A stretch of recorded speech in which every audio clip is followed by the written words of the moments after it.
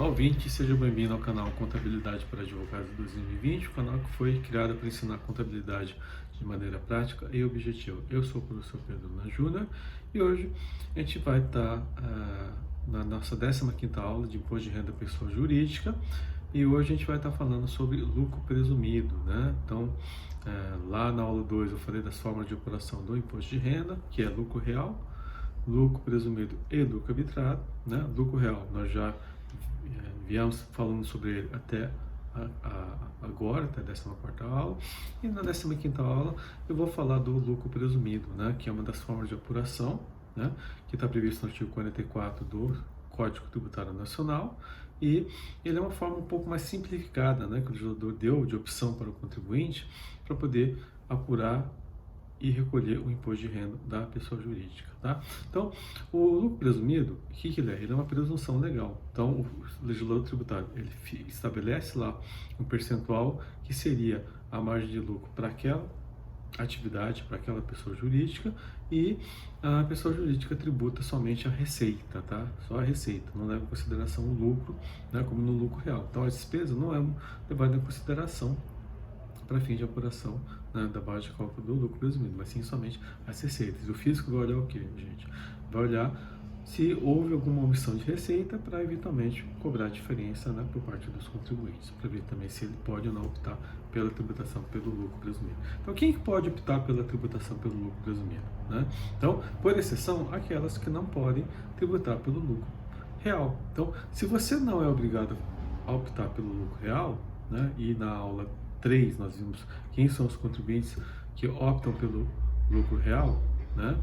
Você pode optar pelo lucro presumido, né? Então, exemplo, se você teve receita total, né, no ano calendário anterior que não ultrapassou 78 milhões de reais, você pode continuar optando pelo lucro presumido. Você só vai mudar o regime do lucro real quando essa receita total ultrapassar 78 milhões de reais. Quem também não pode optar pelo lucro presumido? As empresas financeiras, como os bancos, as seguradoras, as operadoras de seguradoras de crédito, as distribuidoras de títulos de valores imobiliários, as corretoras de valores imobiliários, as empresas de arrendamento mercantil. Então, aquelas que estão reguladas pela SUSEP ou pelo Banco Central do Brasil não podem optar pelo lucro real. E tem uma lógica nisso, né? Que são empresas que lidam com a economia popular, tem que ter um melhor controle, uma fiscalização, né? E tem geralmente, né, resultados que ultrapassam 78 milhões de reais. Então, elas não podem fazer o lucro presumido, tem que fazer lucro real, né? Quem mais é obrigado a fazer lucro real? As empresas de factoring, né? Se o contribuinte optou por fazer o recolhimento por estimativa no decorrer do ano calendário, né? Se a empresa auferiu rendimento, ganho de capital ou lucro no exterior. Então, são hipóteses que o artigo, que a Lei 9718 de 98 prevê que as empresas, que se elas, né, são obrigadas a tributar pelo lucro real, não podem fazer pelo lucro presumido. Então, por exceção, se você não se enquadrou naquelas hipóteses, se não me engano são 9, você pode optar pelo lucro presumido, tá? Então, e o lucro presumido, como é que ele funciona, né?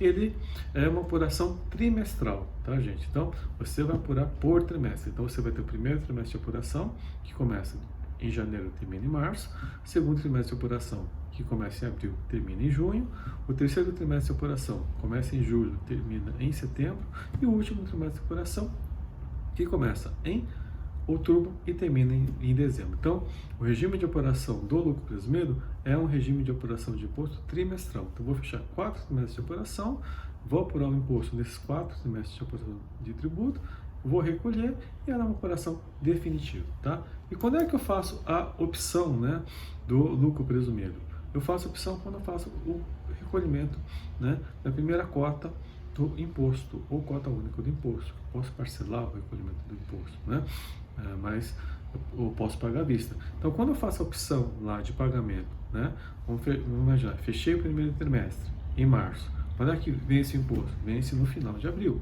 Então, quando fizer o recolhimento no final de abril, no DARF, naquele código, e para a Receita Federal do Brasil, eu faço a opção do lucro presumido. Então, essa opção é irretratável, eu não posso mudar. Fiz a opção, eu tenho que fazer até o final do ano calendário.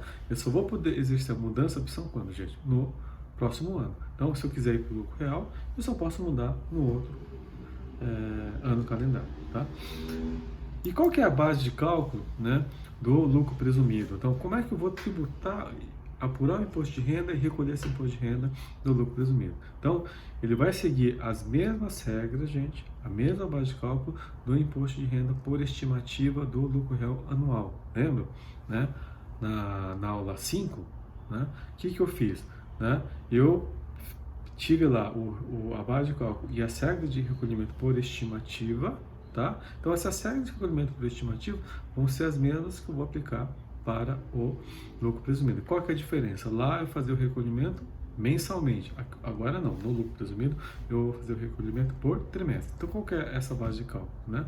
É um percentual sobre a receita bruta. Então, dependendo da atividade, né, eu vou aplicar um percentual sobre essa receita bruta. Esse percentual varia de 1,6% até 32%, vai depender da atividade, a gente vai ver isso depois, né? Vou acrescer demais receita e ganho de capital, por exemplo, receita financeira, rendimento de aplicação de renda variável, né, juros sobre capital próprio, receita de juros sobre capital próprio. Eu vou acrescer o ganho de capital na venda de um ativo permanente, por exemplo. Então, eu vou acrescer isso a receita reduzida, né, que é o percentual da receita bruta, e vou ter a base de cálculo do lucro presumido. E qual que é o conceito de receita bruta, gente? Então, esse conceito de receita bruta, vamos lá no artigo 208 do Regulamento do Imposto de Renda, do RIR 2018, que é uma transcrição, né, do Decreto-Lei 1598 de 77. Então, considera-se receita bruta, né, para fim de apuração da base de cálculo da estimativa e também do lucro presumido. O produto da venda de bens nas operações de conta própria, ou seja, a receita da venda de operações próprias da pessoa jurídica, o preço da prestação de serviço em geral, então a receita da prestação de serviço, se eu sou uma prestadora de serviço, também é considerada receita bruta e tem que estar no meu objeto social.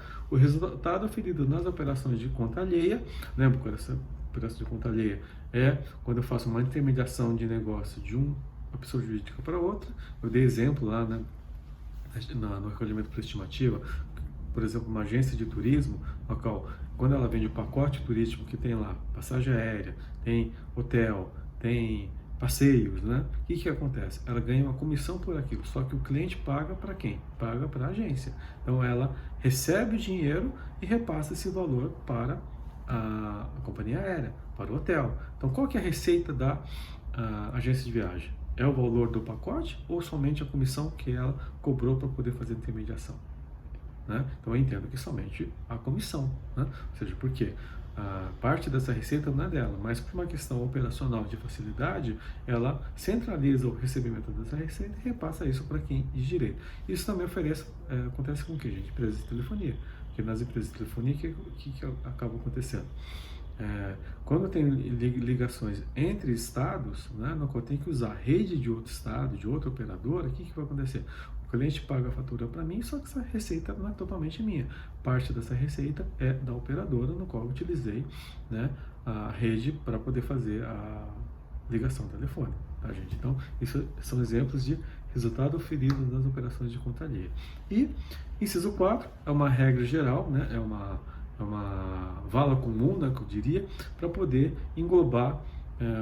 Se você não conseguir classificar essa receita no inciso 1 ou 3, você vai classificar no inciso 4, como por exemplo, receita nas atividades ou do objeto inicial da pessoa jurídica não compreendidas no inciso 1 ou inciso 3 do CAPT. Então, se não é receita de serviço, receita de prestação de serviço ou receita da operação de conta alheia, mas é receita do faturamento, porque aquela empresa tem uma atividade específica, né? Vamos imaginar um banco, por exemplo. O banco tem receita de prestação de serviço? Tem, que é taxa.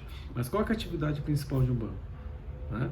É fazer o que? Intermediação, o spread financeiro. Então esse spread financeiro não estaria classificado nem no inciso 1, 2 ou 3, mas estaria no inciso 4.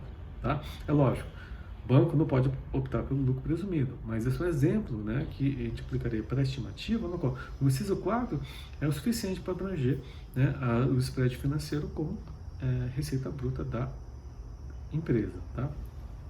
E dessa receita ali, o que eu posso deduzir? O que eu posso abater da receita bruta, né? Para fim de apuração do lucro presumido, né? Da base de cálculo. Eu vou tirar as devoluções e vendas canceladas, que isso não é receita, né? Então, portanto, eu posso fazer o abatimento. Eu vou deduzir os descontos concedidos incondicionalmente. Então, se é o desconto que não tem, depende de condição, não depende de evento para acontecer, eu vou poder abater da base de cálculo, né?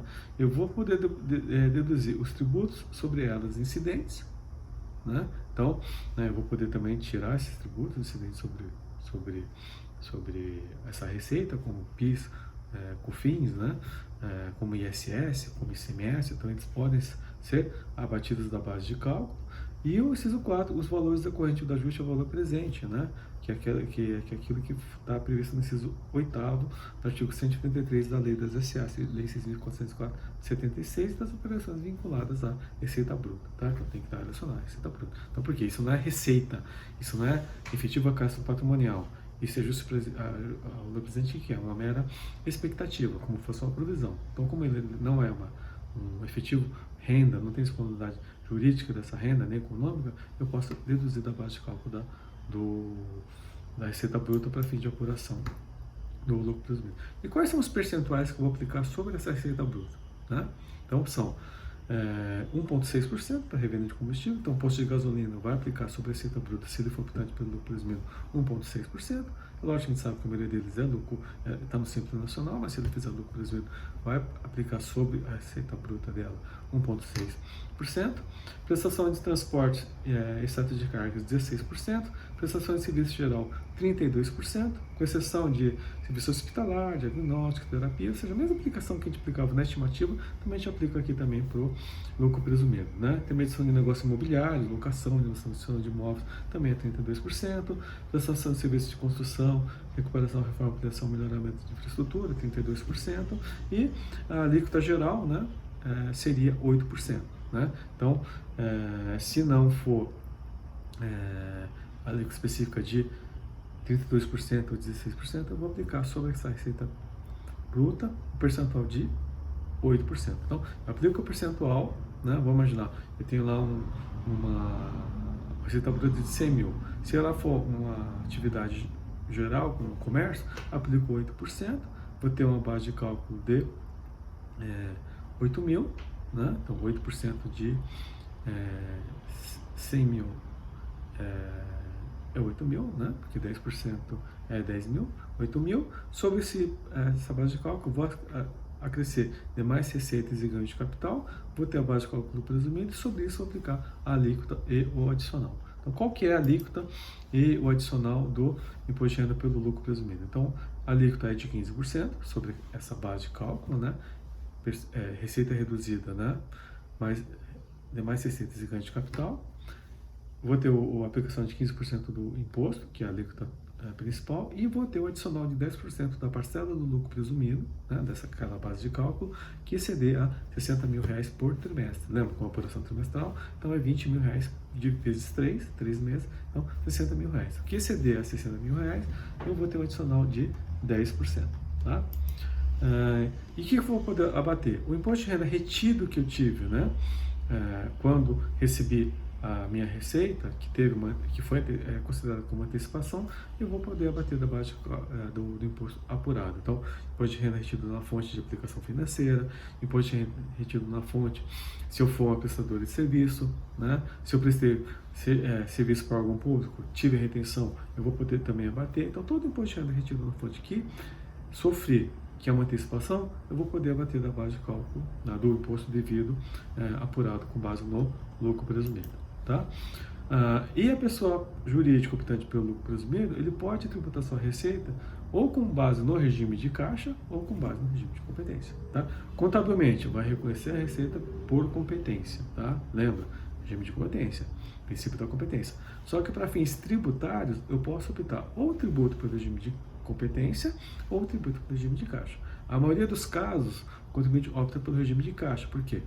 Ele só vai tributar quando receber o valor, quando o valor entrar no caixa dele, quando tiver disponibilidade econômica desse valor, né? Porque se ele fizer só por competência, se ele não receber, ele está antecipando imposto, né? Depois tem que recuperar. Então, para evitar esse tipo de problema financeiro, de fluxo financeiro, a grande maioria dos contribuintes optantes pelo lucro presumido tributa, né, o imposto, né, com base no regime de caixa, tá? E quais são as obrigações acessórias que o contribuinte optante pelo lucro presumido tem que seguir? Então, ele tem que ter escrituração contábil no termo da legislação comercial, não está sujeito à obrigação de manter livro caixa, né, com a escritura totalmente financeira, inclusive bancária, então ele tem que ter escrituração contábil, né? Ele tem que escriturar livro de registro de inventário, se for um comerciante, né, se for uma indústria pode fazer lucro presumido, não há vedação, né? Se for interessante para ela, pode, né? Então ela tem que ter livre registro de inventário, no qual devem estar registrados estoque existente no término do ano calendário, abrangido pelo regime de tributação simplificada. E por fim, ele tem que guardar esses documentos, né, contábeis e fiscais pelo prazo de 5 anos, né, que é o prazo decadencial para você poder guardar os livros, né, de acordo com a legislação tributária. Então, essas são as obrigações acessórias que o contribuinte pelo lucro presumido opta. Então, resumindo, né, lucro presumido é uma forma de apuração prevista no artigo 44 do Código Tributário Nacional. O contribuinte optar, ele tem uma tributação mais simplificada, que eu vou tributar somente receita, né, não leva em consideração a despesa, portanto não vou tributar lucro, mas sim a receita da sociedade, e o legislador estabelece um percentual que seria essa margem de lucro para fim de tributação, né?